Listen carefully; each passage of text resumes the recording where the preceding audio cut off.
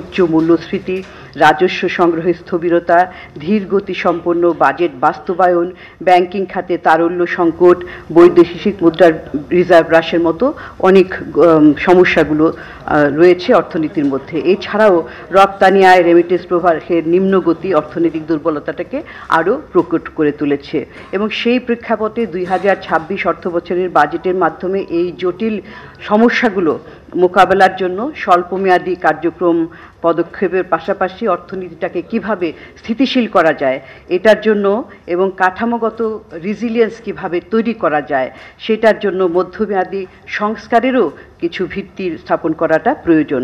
সেই পরিপ্রেক্ষিতে centre for policy dialogue এই আসন্ন অর্থবছর 2025-26 বাজেটের জন্য কিছু সুপারিশমালা এবং রাজস্ব ব্যবস্থার প্রস্তাবনা তৈরি করেছে এবং এই প্রস্তাবগুলো আপনারা দেখবেন যে বিভিন্ন খাতের জন্য এখানে সামষ্টিক অর্থনৈতিক স্থিতিশীলতা নিশ্চিত করা, সম্পদ সংগ্রহের দক্ষতা বৃদ্ধি, সরকারি আর্থিক ব্যবস্থাপনা শক্তিশালী করা, স্বাস্থ্য ও শিক্ষা খাতের উন্নয়ন, বিদ্যুৎ ও জ্বালানি খাতের সংকট নিরসন, পরিবেশগত চ্যালেঞ্জ মোকাবেলা এবং ক্ষুদ্র ও মাঝারি উদ্যোগের সহায়তার উপর গুরুত্ব দেওয়া, এইগুলো রয়েছে। আরও অনেক খাত রয়েছে, কিন্তু আমরা মনে করেছি যে এগুলো বিশেষ বিশেষ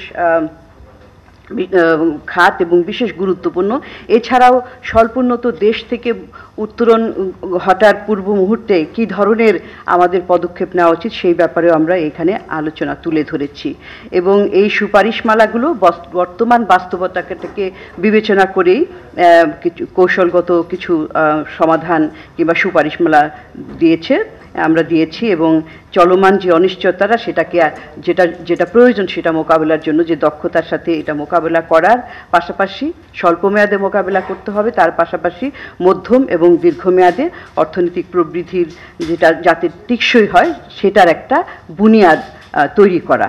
আমি এখন সামষ্টিক অর্থনীতির মূল কয়েকটি সূচকের উপরে আলোকপাত করব। এখানে আপনারা দেখতে পাচ্ছেন যে প্রথমেই যে রাজস্ব বিষয়টা, রাজস্ব খাতে সংকোচন ঘটেছে।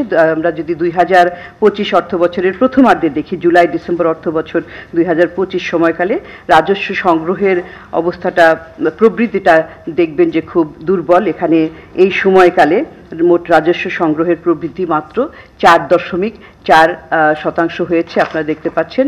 এবং যদি এই বছরের জন্য নির্ধারিত লক্ষ্যমাত্রাটা হচ্ছে 32.2 প্রবৃদ্ধির, এটা লক্ষ্যমাত্রা। ইনফ্যাক্ট লক্ষ্যমাত্রাটা আরেকটু কম ছিল, কিন্তু যেহেতু গত বছরের আদায়টা কম হয়েছে সেটার ঘাটতি এবং এই বছরের জন্য যে লক্ষ্যমাত্রাটা সেটা যোগ করলেই কিন্তু 32% আসলে করতে হবে প্রবৃদ্ধিটা। সেটা যদি করতে হয় তাহলে অর্থ বছরের বাকি সময়কালে রাজস্ব সংগ্রহ 55.5% হারে বৃদ্ধি করতে হবে, যা বাস্তবে প্রায় অসম্ভব একটা বিষয়। এবং এই প্রবণতাটা যদি থাকে এবং আমরা মনে করি যে বাকি অর্থ বছরের বাকি 6 মাসে আরও যে সমস্ত জায়গা থেকে কর আদায়ের সম্ভাবনা রয়েছে এবং কর আদায়টা ত্বরান্বিত হবে সেইগুলো বিবেচনা রেখেও আমরা যদি হিসাব করি তাহলে বছরের শেষে রাজস্ব ঘাটতি 1,05,000 কোটি টাকা পর্যন্ত পৌঁছাতে পারে।